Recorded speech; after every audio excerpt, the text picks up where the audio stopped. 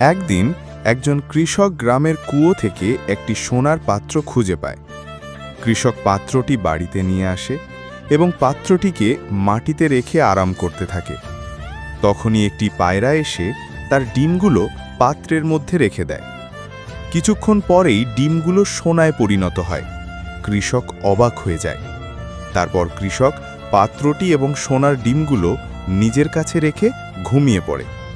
রাতে ঘুমানোর সময় পায়রাটি হঠাৎ পাত্রের মধ্যে পড়ে যায়, আর যখন কৃষক সকালে দেখে তখন হাজার হাজার পায়রা পাত্র থেকে বেরিয়ে আসছে।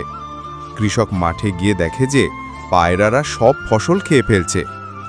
কৃষক সঙ্গে সঙ্গে সবকিছু বুঝতে পারে এবং পাত্রটি নিয়ে কুয়োর দিকে দৌড় দেয়, আর পাত্রটিকে কুয়োতে ফেলে দেয়, আর সবকিছু আগের মতো হয়ে যায়। তবুও কৃষক কাঁদতে থাকে, কারণ আপনি লাইক সাবস্ক্রাইব করেননি।